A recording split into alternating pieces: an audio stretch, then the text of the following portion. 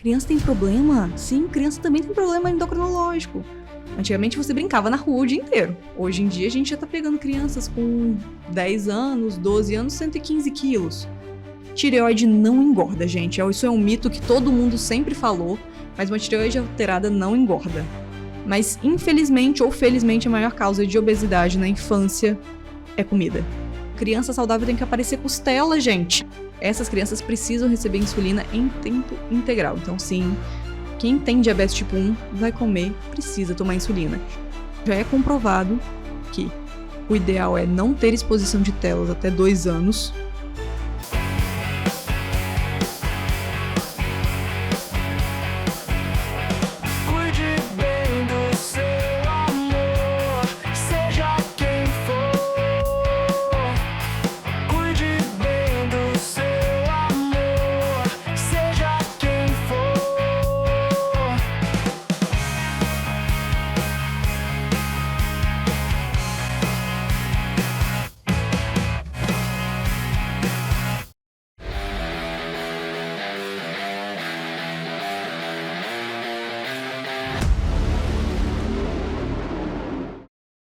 Muito bem, está começando mais um No Plano 7, o seu podcast semanal. E aí, como você está? Você está bem? Está bem mesmo? Claro que você está bem. Você está aqui no melhor, No Plano 7, o seu podcast semanal.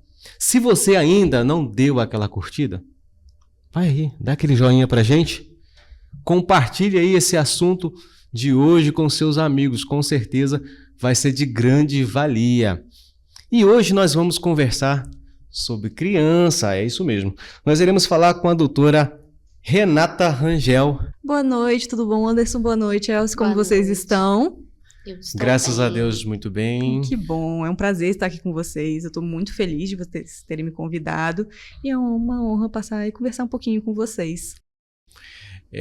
Me fala um pouquinho de você. Quem é você? Anderson. De onde você veio? Eu sou daqui de Cachoeiro, eu sou filha da Patrícia e do Roninho, cresci e nasci aqui. Esse nome não é estranho, né? Patrícia?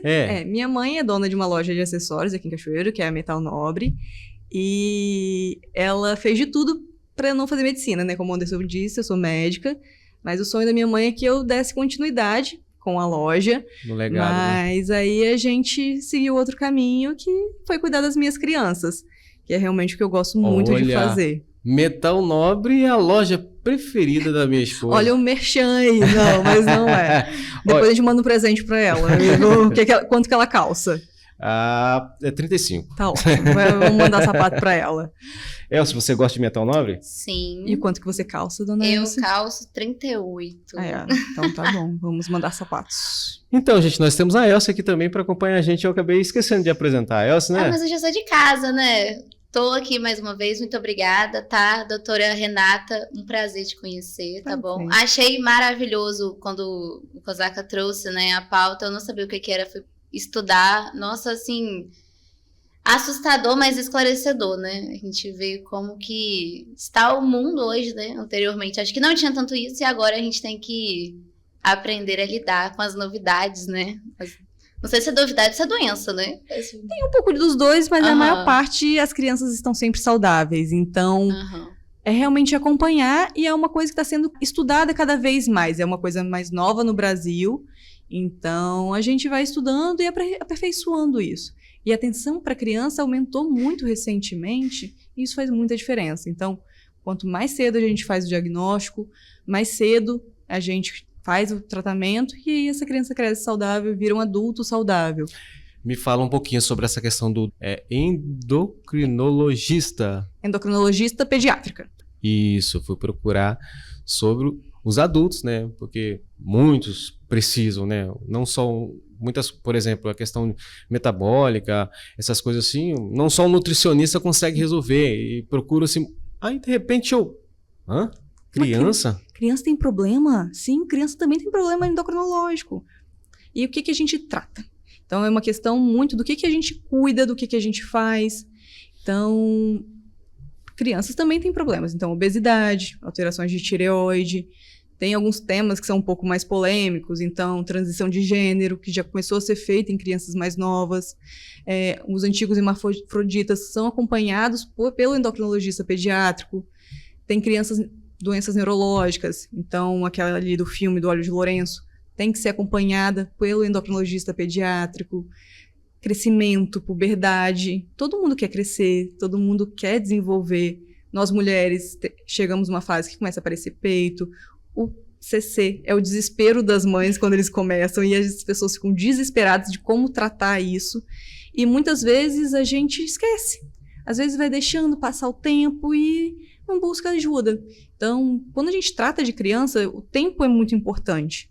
Então, o desenvolvimento dela vai passando. E quanto mais o tempo passa, menos tempo a gente tem de tratar e muitas vezes de conseguir êxito no tratamento conforme é o esperado. Esse tratamento é recente, né? No Brasil, a gente começou a estudar mais, tem mais ou menos 50 anos da endocrinologia pediátrica no Brasil, e veio da endocrinologia adulta. Então, o estudo dos hormônios, isso é tudo muito recente, porque a gente conseguiu descobrir os hormônios tem pouco tempo.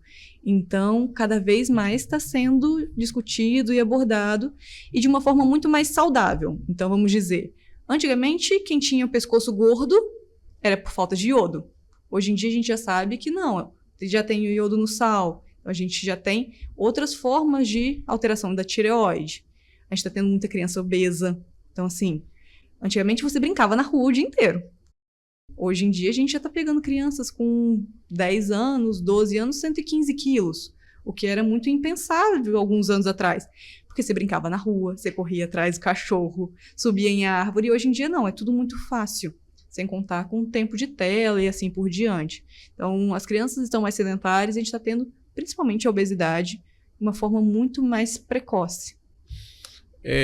Eu vi o quão incrível é essa questão desse cuidado com a criança, porque, de alguma forma, não sei se eu estou correto com isso, evita de algumas frustrações lá na frente. Não. Eu acho que, no geral, dentro de todos esses assuntos, evita muitas frustrações lá na frente. Muitas. Então, por exemplo, obesidade. Quanto antes você trata uma criança obesa, você evita que esse seja um adulto obeso. E a gente fala que hoje em dia, a nossa geração, a minha, a sua, da Elsa, ainda tem salvação. Nós vamos morrer antes dos nossos pais, por doenças cardiovasculares. Então, nós temos crianças obesas, a gente tem adolescentes obesos, e a gente tem adultos obesos que vão morrer de causas cardiovasculares antes dos 50 anos. Então, é uma população que vai sofrer com isso. Fora bullying, fora a criança não tem mais convívio social, ela se sente com vergonha dela mesma. Então, isso sim a gente previne. Tem outras questões que a gente aborda, então, por exemplo, comprimento peniano, a gente tem tratamento disso se a gente começar cedo. Então, quando o pediatra avalia, ele vê que tem uma indicação, a gente consegue tratar a partir dos 6 meses. E assim por diante, isso evita muitas frustrações lá na frente, para um homem, para uma mulher e para toda uma família. Porque quando uma criança vem, ainda mais hoje, quando a gente tem menos filhos, é muita expectativa em cima de uma criança, é muita responsabilidade. Então, a criança pega isso para ela e ela se frustra também. E a gente consegue evoluir de uma forma mais saudável se a gente faz o acompanhamento desde cedo. Como o hipotireoidismo, ele afeta no desenvolvimento infantil? A gente tem 2 tipos de problemas de tireoide na criança. 3, na verdade. Então, o hipotireoidismo, que pode ser naquela criança que nasce. Então, tem o teste do pezinho, que a gente pega essas crianças. E se a gente não trata essas crianças com problema da tireoide, quando elas nascem, elas podem ter quadros neurológicos muito graves. Então, era o que a gente chamava antigamente de cretinismo. Então, a criança não vai falar na idade certa, ela vai ter um atraso intelectual muito grave, tanto do desenvolvimento e assim por diante. Então, o teste do pezinho é fantástico. Hoje, a gente, no teste do pezinho brasileiro, a gente dosa 2 doenças endocrinológicas. Uma, que é a hiperplasia adrenal congênita, que é uma doença muito grave, a gente tem tratamento, e o hipotireoidismo congênito. As 2 têm tratamento, e a gente segue uma vida normal com essas crianças. Depois tem a tireoidite, que é a nossa, principalmente da mulher, que aí é a doença da tireoide, que a tireoide se destrói. E aí a gente tem uma baixa velocidade de crescimento, é uma criança que fica atarracadinha, Tireoide não engorda, gente. Isso é um mito que todo mundo sempre falou, mas uma tireoide alterada não engorda, tá bom?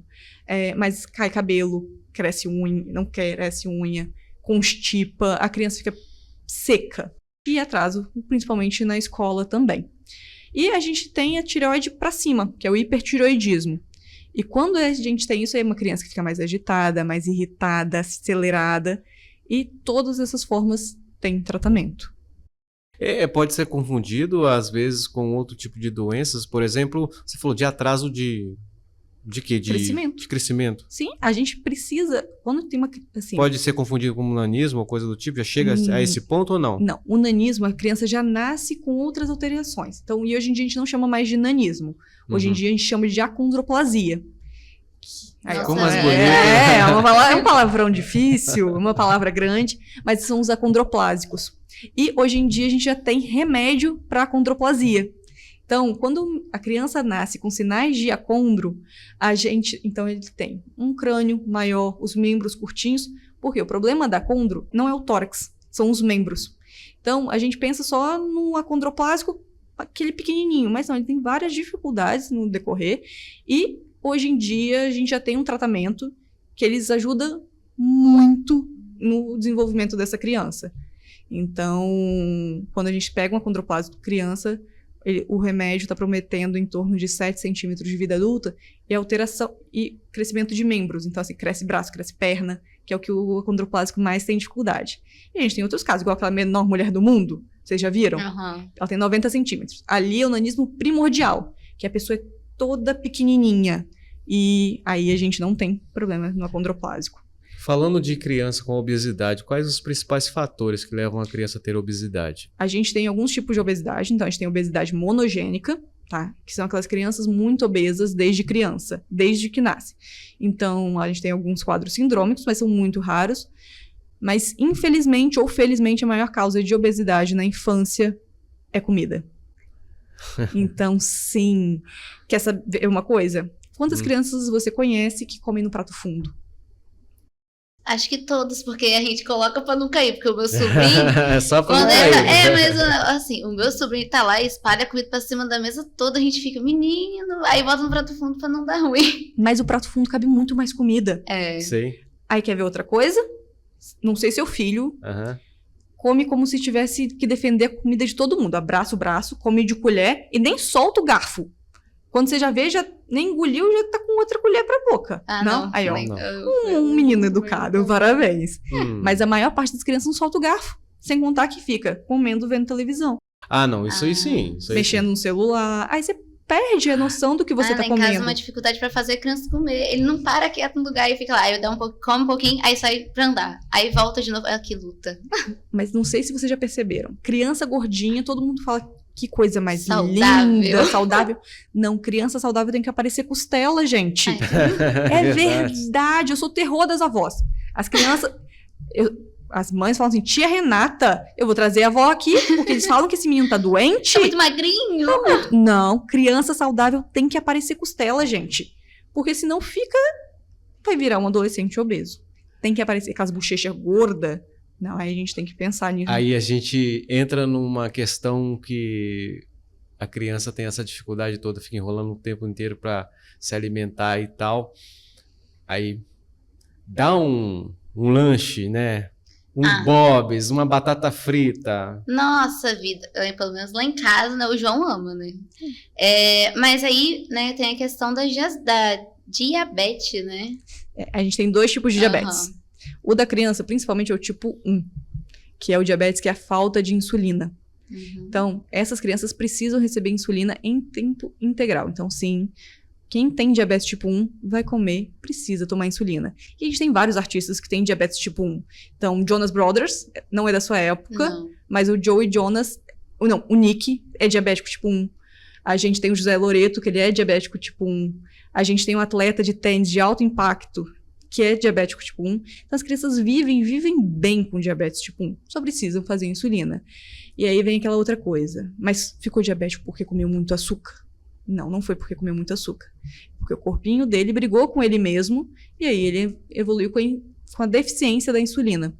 Então, e como que a gente trata? A gente precisa dar insulina. Isso vai ser para a vida inteira? Infelizmente, ou felizmente, a gente já tem tratamento que é com a insulina. Existem pesquisas que estão querendo novas formas de tratamento, mas atualmente é para a vida inteira. Então, sim, usar insulina todos os dias, antes de todas as refeições, tem que tomar insulina. Então, E a tipo 2? O diabetes tipo 2 é o diabetes quando o seu corpo já está pedindo socorro. Por quê? Mesmo que ele produza muita insulina, ele não dá conta de metabolizar aquilo dali. Então, é o diabetes do avô, da avó, daquela pessoa que sempre foi gordinha e que o corpo não deu conta mais de produzir insulina suficiente para absorver o açúcar que ele produz. E aí a gente leva um diabetes tipo 2. E muitas vezes eu vejo as famílias sofrendo porque o vizinho fala: você está dando muita insulina para esse menino com diabetes tipo 1, isso vai fazer mal. Não faz, é o que a criança realmente precisa. Então, quem tem um parente, um conhecido com diabetes tipo 1, ele precisa de insulina. É o que vai fazer ele crescer e desenvolver.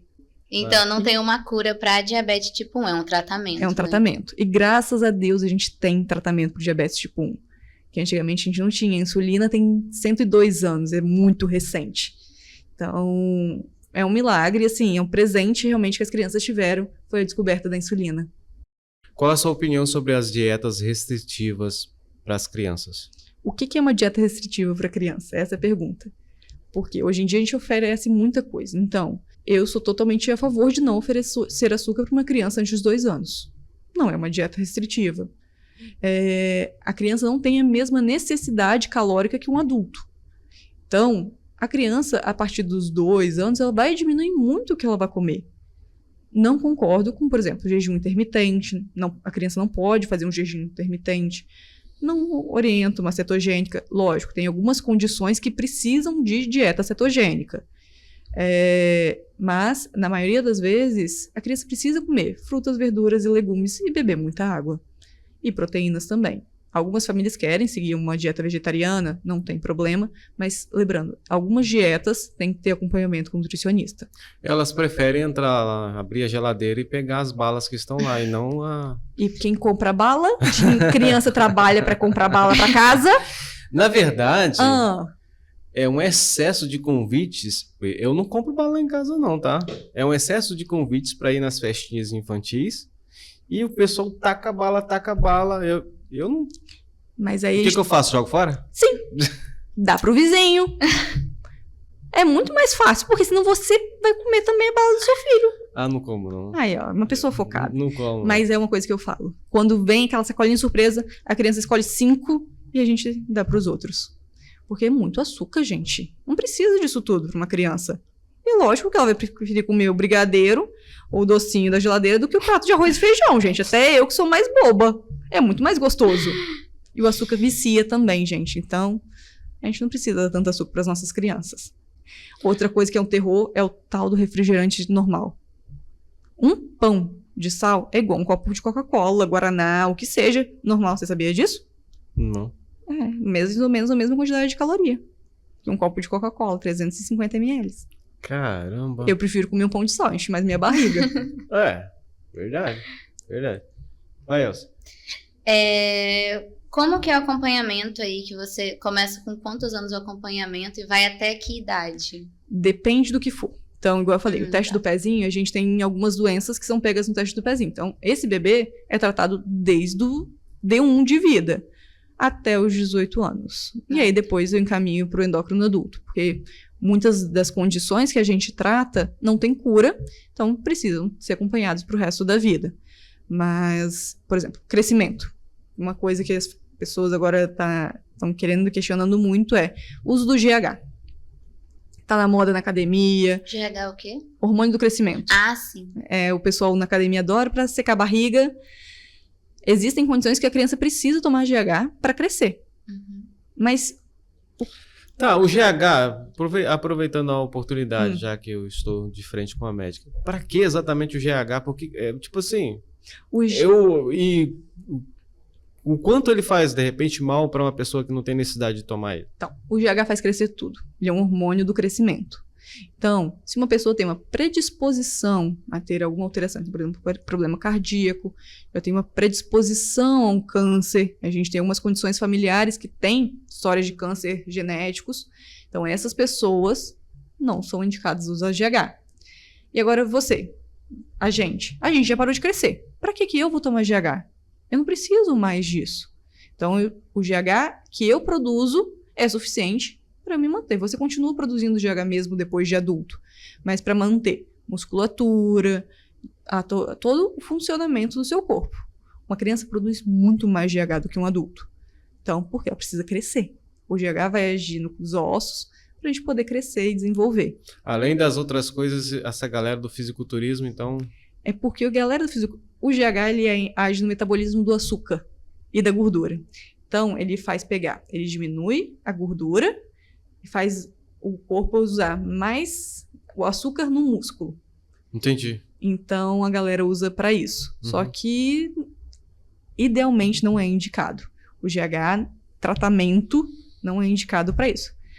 Aí, quem faz fisiculturista, tem os colegas que acompanham eles. Sim, sim. Então, e é coisa de gente adulta. Aí, esse aí eu vou passar a bola pro colega, que é um outro problema que aí a gente tá lidando ultimamente também. Muitas crianças hoje apresentam puberdade precoce, né? Quais são os sinais que a gente precisa... A gente divide a criança... Então, meninos e meninas são diferentes agora, tá? As crianças, antes da puberdade, meninos e meninas são iguais até entrar em puberdade. Então, toda a parte de hormonal dos dois é igual até entrar na puberdade. A questão da idade de um para o outro é diferente? Nas meninas é a partir dos 8 anos e aparece o broto mamário. Então, é um carocinho que fica embaixo da auréola da menina. E no menino é o aumento do volume testicular. Além disso, a gente tem o aumento da velocidade de crescimento. Como que é uma boa coisa para você ver se seu filho está crescendo? O menino, antes da puberdade, a menina também, cresce mais ou menos 6 centímetros por ano. Então, mede ele na porta. Bota ele retinho, a régua aqui na cabeça e dá uma marquinha. Se ele estiver crescendo menos de 6 centímetros por ano, é uma coisa que vale a pena ser avaliada. Mas se começou a... Tá assim, poxa, meu filho tá com 5 anos, tá crescendo 10 centímetros por ano, ou eu medi errado ou tem alguma coisa errada. E aí é nessa hora que o acompanhamento com um pediatra é importante, porque é ele que vai ver isso e vai encaminhar para o endócrino. Alguns casos, por exemplo, da menina menstruar cedo. Me fala um pouquinho sobre isso aí. O que acontece? Todas as mulheres menstruam, então a gente espera que uma menstruação de uma menina aconteça a partir dos 10 anos. Antes disso, é preocupante. Por quê? Favorece o aparecimento de câncer de mama no futuro. E a gente não quer que nossas meninas menstruem antes dos 10, né? São crianças. E todo o cuidado e assim por diante. Então, o que a gente espera? A partir do aparecimento do broto mamário, mais ou menos 20 meses ou 2 anos depois, a menina tem a primeira menstruação. Antes disso, a gente fica atento. Ou seja, se aparecer o carocinho no peito da sua filha antes dos 8 anos, a gente tem que avaliar. E o que tem acontecido muito? A gente tem tido muitas crianças obesas.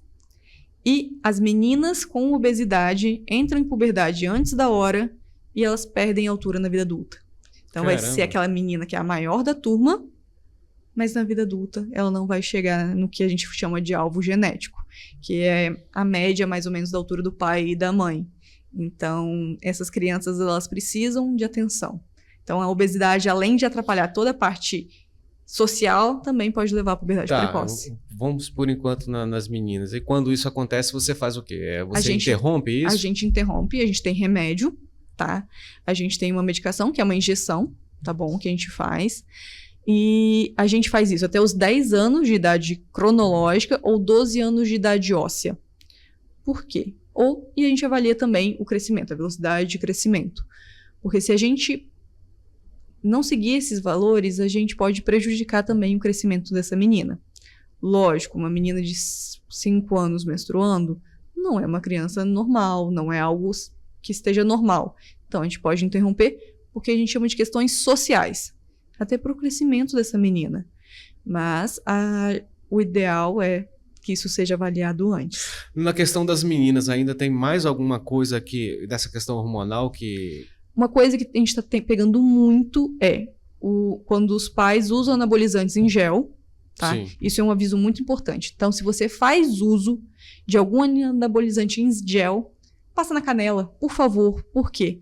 Você vai abraçar seu filho, se você passar no antebraço, você vai passar o hormônio para ele. Você passa na barriga ou nas costas, você está passando o hormônio para ele. E sempre, para quem usa, lave bem as mãos, cuidado com as toalhas, por quê? Isso pode levar à puberdade precoce na criança. O hormônio dos pais que usam esses anabolizantes em gel tá levando à puberdade precoce. Tá. E os meninos? Micropênis. Olha, esse é um tema polêmico.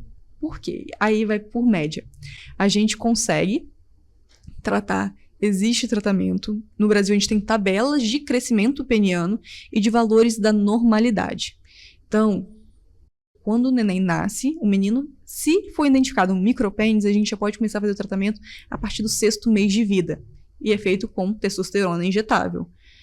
Só que chega uma certa idade que a gente não consegue mais tratar. E é normalmente nessa idade que os meninos chegam pra gente. Porque eles começam a sofrer com isso e percebem, se comparando com os pares, que o pênis está menor do que os dos colegas. E aí a gente já não tem tanto tempo nem eficácia no tratamento. No caso, se você começar lá, tiver essa preocupação bem precoce dos pais... A gente consegue elevar para uma pênis de comprimento normal. Caramba! E quando a gente fala de micropênis, é realmente algo que atrapalha a vida do homem toda a vida, né? Pais, por favor, né? Olhem para os seus filhos que estão aí, né? Leva no pediatra. Leva. O colega é a melhor pessoa para indicar se precisa ou não. O seu pediatra vai com certeza conseguir avaliar isso e se tiver necessidade, ele vai encaminhar para algum colega da endócrino para poder avaliar isso. Interessante, interessante. É diferente. E outra coisa, por exemplo, hermafroditismo. A gente acompanha esses casos também e é muito tabu. E existem sim pessoas, antigamente eram hermafroditas, hoje fala que eles são distúrbios de diferenciação sexual. Então são... Mas como que faz essa questão aí? Então, A decisão... depende. Depende do tipo de coisa. Depende. Sim. Porque são vários tipos de alterações. Então a gente vai ter que primeiro avaliar como que foi esse sexo de criação, a idade que foi identificado isso, se foi um recém-nascido, se foi uma criança mais tarde, é um menino social, é um menino de criação, tem os órgãos externos masculinos, tem um comportamento masculino, mas o cariótipo dele, que é como a gente está no sangue, é uma menina. Mas isso não é só a parte da questão dos hormônios que se diferenciam homem e mulher, já não basta, não? Tem outras coisas, então? Tem muita coisa envolvida. Então, a gente tem várias formas de diferenciação sexual. No Brasil, a gente tem um centro que é em Campinas, que é o do Dr. Gil Guerra, que ele é um fantástico, é uma pessoa, ele e a esposa só estudam isso, e é um campo muito amplo, e a gente sempre tem mais a aprender nisso. E muitas vezes era um tabu, e os filhos sofrem com isso, as crianças sofrem, e às vezes só vão tratar disso quando tiverem adultos. E aí passaram a vida inteira sofrendo com isso. Lógico, é muito raro, são doenças raras, mas se forem identificadas de uma forma precoce, a gente consegue intervir e ter menos danos para essa criança e para esse adulto no futuro também. Nesse trabalho seu, você enfrentou algum caso que te assustou? O que depende? Eu acho que morte de criança é sempre algo trágico. Sim. Então, a gente perdeu até aqui mesmo em Cachoeiro. Não chegou a ser paciente minha, uma menina com diabetes, que ela faleceu aos 10 anos. Então, perder uma criança é algo trágico. Dói muito a gente perder, porque são sonhos, a gente quer ver essa pessoa crescer. E muitas vezes a pessoa se negligencia, a família negligencia. E são pessoas que precisam do seu cuidado. São futuros adultos, são crianças que estão em desenvolvimento que precisam de cuidados. Você falou essa questão da diabetes 1 e 2 e tal. Ela se adquire também? O diabetes tipo 2, se você não se cuidar, você pode ter. Então, uma criança, por exemplo, ela... Pode ter diabetes tipo 2, principalmente pela obesidade. Então, sabe quando você já viu umas pessoas que têm o pescoço escuro?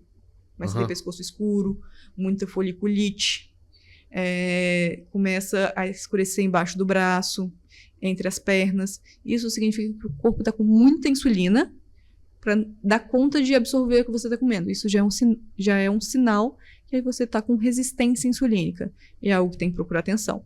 Lógico, não é aquele pescoço queimado de sol ou a falta de banho. Mas é aquela caraca que não sai? Não é caraca, gente. É resistência insulínica. Então, não é falta de banho do seu menino, da sua menina. Não precisa puxar a orelha dele. Existe algum mito sobre os hormônios e crescimentos que as pessoas acreditam? Existe. Acham que o hormônio do crescimento dá câncer. Acham que o hormônio do crescimento faz crescer queixo, fica igual o Ken da Barbie, igual o Superman da Barbie. Isso acontece quando o adulto faz uso do GH. Porque os ossos eles já fecharam e aí dá. E igual a gente tinha conversado. Se a pessoa tem uma predisposição a um câncer, então tem cânceres familiares, assim, a gente não vai usar. Mas já é usado o GH em tratamento de crianças pós-câncer. Por exemplo, leucemia, que faz aquela radioterapia. Quando a gente tem uma criança que faz radioterapia e ela tem um prejuízo de estatura, a gente, depois de 5 anos, pode fazer tratamento com GH. Qual é a importância do sono para as crianças? Toda. Não só na parte do endócrino. Então, uma criança que não dorme bem é uma criança que não vive bem e não é uma criança que não se socializa de uma forma adequada. Então, vai ser uma criança irritada, agitada, é uma criança que não vai conseguir aproveitar na escola. E aí, às vezes, você recebe a reclamação que seu filho está indo mal na escola, mas é por quê? Porque ele vai dormir 1h, que ficou jogando videogame até 1h, que já era para ele estar dormindo.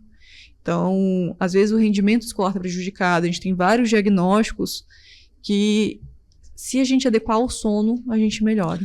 Mas, de novo, isso tem É lógico que tem alguma outra questão que eu quero tratar aqui na frente, mas tem a ver, a criança, por exemplo, tem alteração na questão da melatonina, de parar de produzir melatonina, por exemplo? Não tanto. A criança produz melatonina. Criança, né?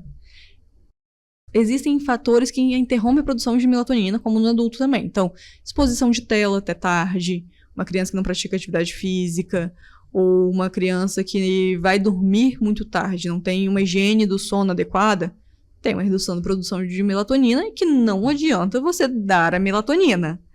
Então, antes de você tentar dar uma medicação, é importante você fazer toda uma correção. Então, higiene do sono. 2 horas antes da criança estar na cama, ela tem que estar sem celular. Você tem que ir baixando a frequência dessa criança de atividades para poder dormir bem. Senão vai ser aquela criança que vai dormir, vai mexer a noite inteira e não vai dormir. Outras coisas, então, distúrbios de respiração, criança que tem adenoide, as amígdalas muito grandes podem dormir mal e isso também se repercute no restante do dia. É verdade que se dormir mal não cresce? O GH, ele é produzido durante o sono. Então, sim, a criança tem que dormir cedo, que isso pode atrapalhar o crescimento. Ainda dentro desse assunto, qual que é, assim, o perigo dessa questão das telas? Hoje, com essa exposição das telas, as crianças estão dormindo mal, não estão se alimentando direito, ou não prestam atenção no que comem, então a gente aumenta o risco de obesidade. Elas ficam com maior risco de desenvolver distúrbios emocionais, de ansiedade e assim por diante, por conta da grande exposição de telas. Então já é comprovado que o ideal é não ter exposição de telas até 2 anos. Sabemos que não é possível, não vamos ser hipócritas, mas o mínimo possível, e de preferência reduzir os Reels do Instagram, os Shorts do YouTube e assim por diante, porque isso agita mais a criança e ela perde a concentração. Eu vi alguma coisa sobre a criança desenvolver, por exemplo, o espectro autista por excesso de telas, uma tese X. Como que você vê essa questão dessa tese? Você concorda com ela? O diagnóstico do autismo está sendo muito ampliado. Graças a Deus, a gente tem muito mais o diagnóstico. A gente está tendo informação. Então, muitas crianças que antigamente eram diagnosticadas com outras alterações comportamentais e cognitivas estão tendo tratamento adequado com o autismo. Só que sim, muitas vezes, uma criança que está muito ansiosa por conta do uso excesso de telas, ela não vai conseguir conversar. Os pais deixaram de conversar com os filhos. É muito mais fácil deixar vendo uma tela, um videozinho e assim por diante. Então, uma criança que não é estimulada adequadamente, ela vai ter outros distúrbios cognitivos. Ela já nasce galinha pintadinha, né? Lógico, é muito mais fácil você deixar um bebê lá. Para de chorar. O cachorro gosta, um bebê não vai gostar? Coitadas crianças. Os pais não estão ajudando a gente. E depois dar remédio para controlar essa criança. Eu queria entrar um pouquinho numa polêmica, então, com relação a isso. É opinião pessoal também. Tá. Né? Vamos lá. Às vezes, eu vejo que essa questão do TDAH, do TOD, algumas coisas tem um pouco de comercial também, não tem? Depende. Assim, você diz comercial de remédio? Também. Mas porque, não sei, é porque se você for olhar por trás, tem essa galera financiando essas paradas aí e tal.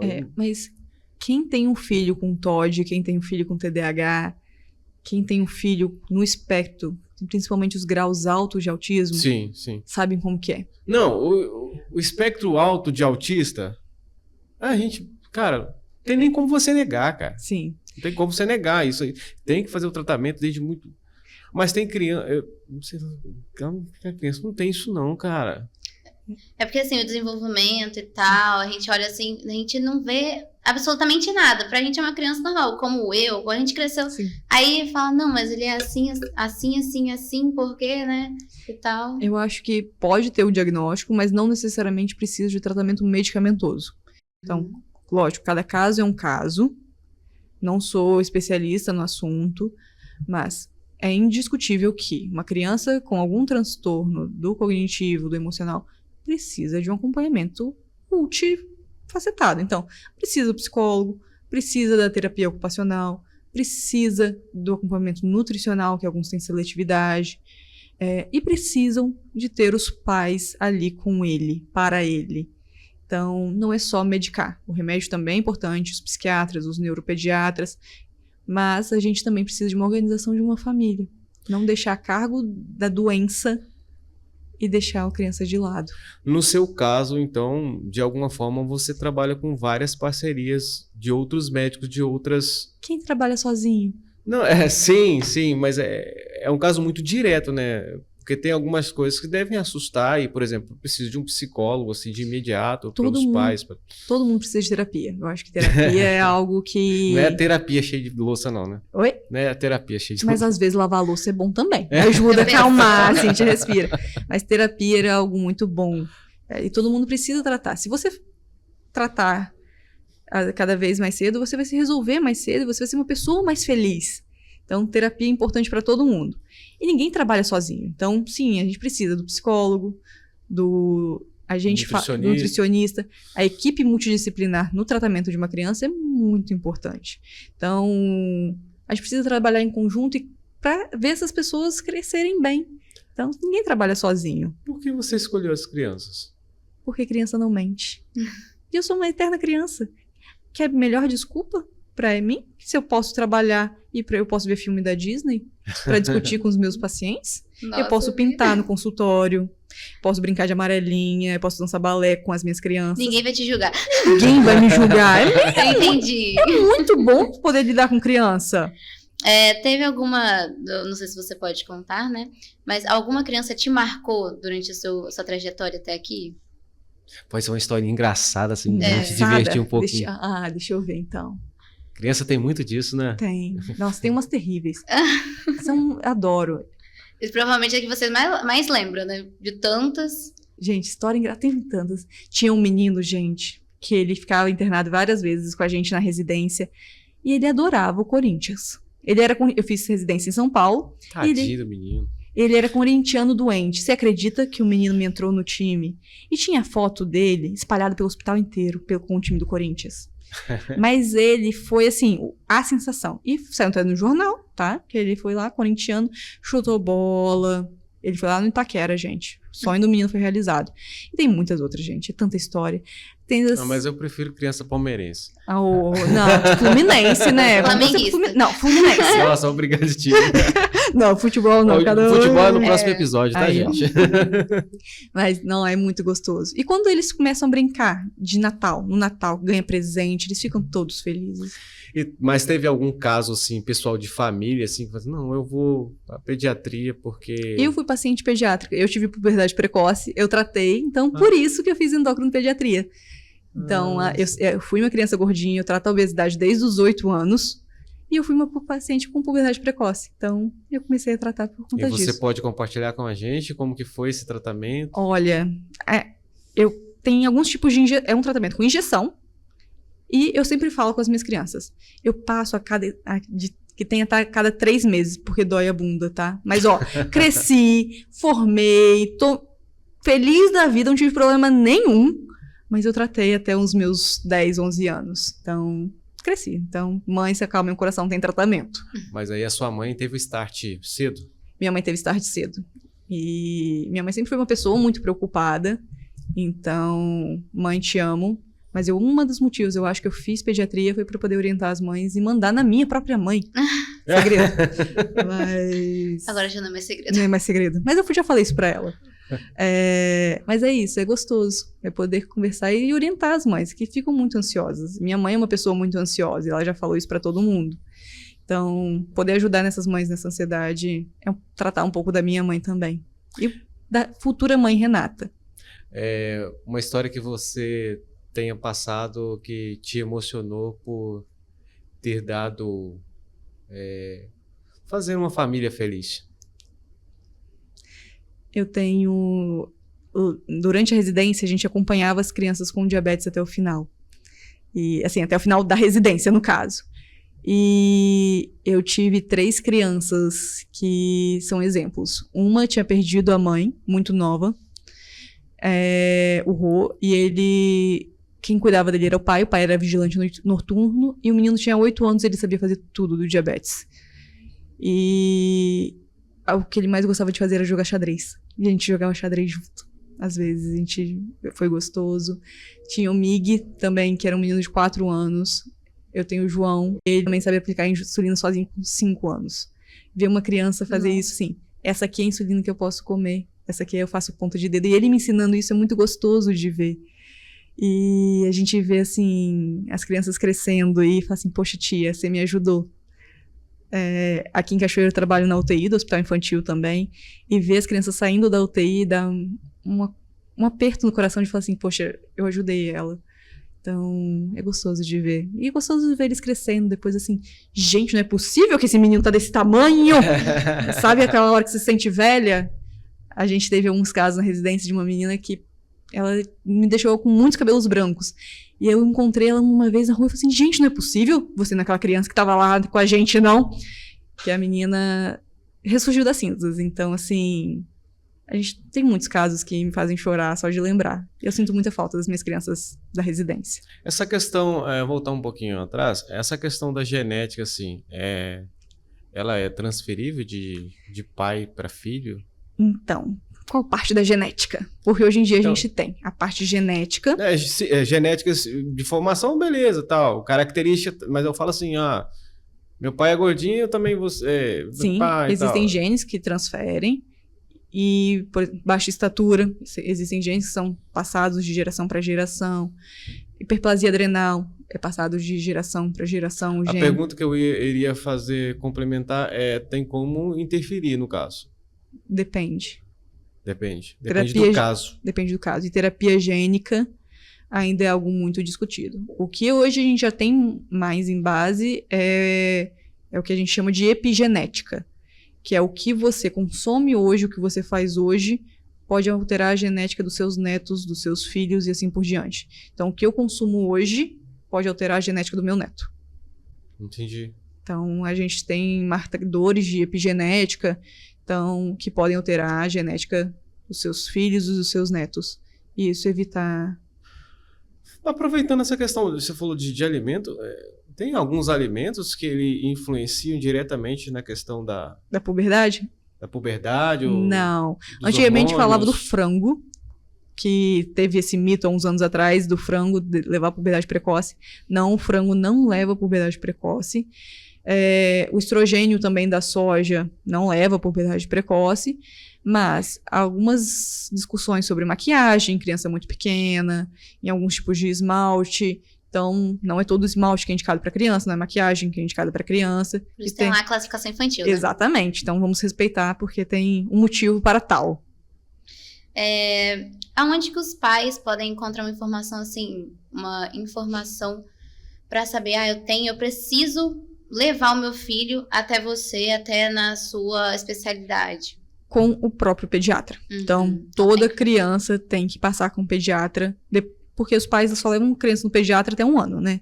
Depois disso, deu todas as vacinas, esquece que pediatra existe e só leva quando tem alguma doença, alguma por diante. Criança saudável tem também que passar no seu pediatra. O pediatra vai assim até quantos anos? Depende. Se for um pediatra geral, até os 18, 16. Se for um ebiatra, que é um médico especialista em adolescente, até os 24 anos. Caramba! Nossa. Sim, existem ebiatras, que é médico que só cuida de adolescente.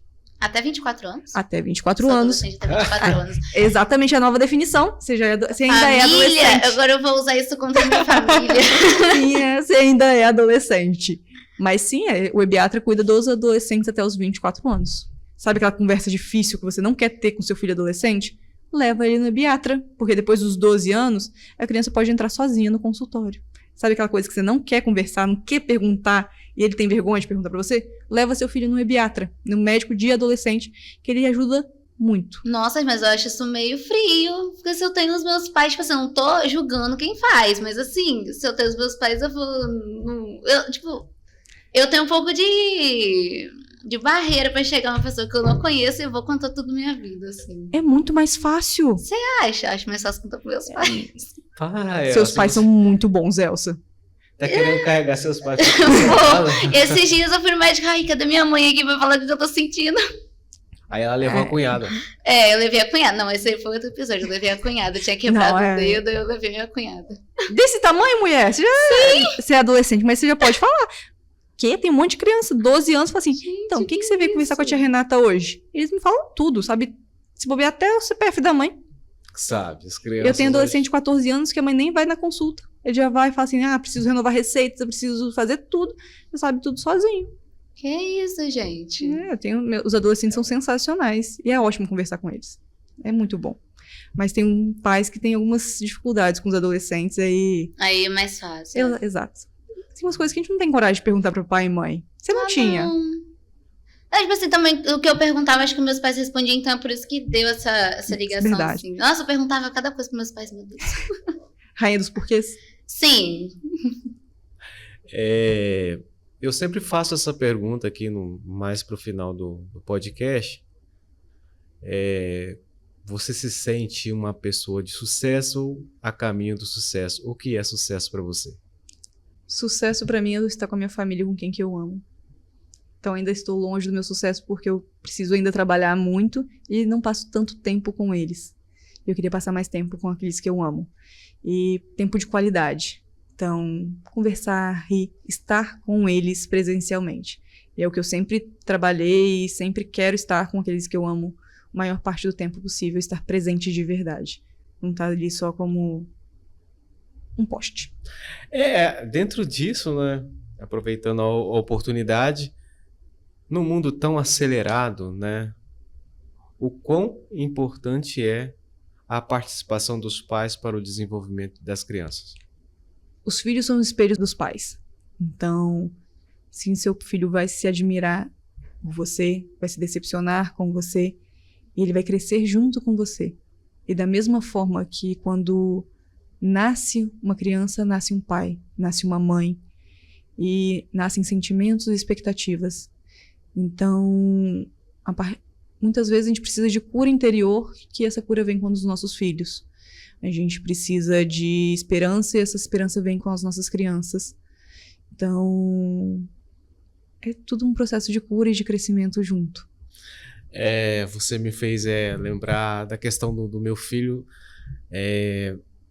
Eu estava passando por uma certa complicação com ele no jiu-jitsu. Aprontando demais. Falei, não tem jeito, eu vou levar esse menino mais pro jiu-jitsu não, porque, pelo amor de Deus. Mas eu estava acompanhando ele e tal. E eu fiz algumas ponderações. Eu não sou de bater em criança. Sim, por favor, não se deve bater em criança. Mas tem outras formas, né? Já que é esporte, né? Aí eu penalizei ele de alguma forma, né? Com relação dentro do esporte, né? Sim. Ele chegava lá, aprontava lá no esporte, eu colocava mais os esportes em casa, né? Vamos treinar em casa. Vamos fazer mais uns polichinelo aqui, uns negócios. Ótimo. Você não tá obedecendo lá, vou fazer uns polichinelo aqui. Aí, beleza.